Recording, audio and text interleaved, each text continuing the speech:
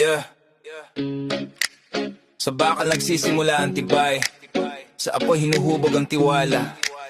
Hindi lang kami nagwewelding, nagbubuo kami ng pangarap. Yeah. Build, we build, bakal ang pundasyon. Kahit man o friend, siguradong solusyon. Sa apoy at sipag, galing ang puhunan. Rebuild, we build, tibay ang pangalan. Bawat spark na kumikislap sa dilim, may kwento ng sipag, may pangakong tibay rin.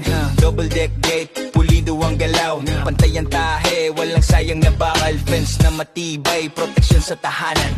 Hindi lang forma, seguridad ang dahilan.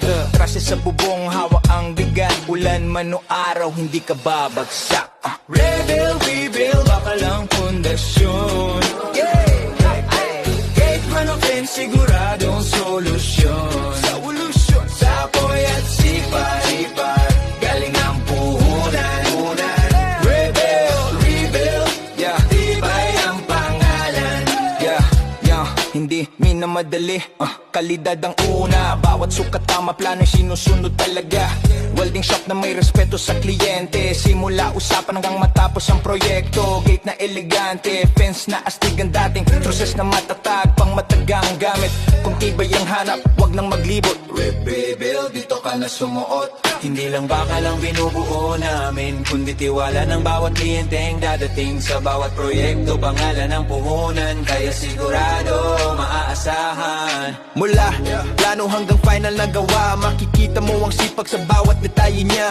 Rebuild, pangalan palang panalo, dahil ang gawa namin pang matagalan to. Bahay man o negosyo, bagong simula, kami ang bahala sa bakal na pundasyon mo na. Isang tawag lang, isang mensahe lang.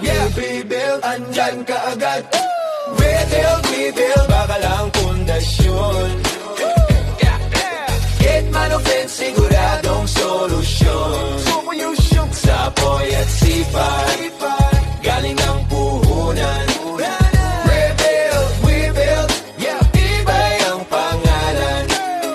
Rebuild, we build, bakal ang pundasyon. Gate, fence, truces, kompletong solusyon.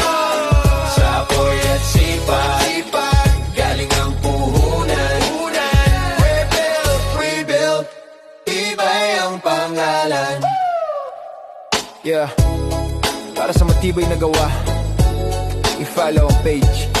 Rebuild, tibay ang pangalan.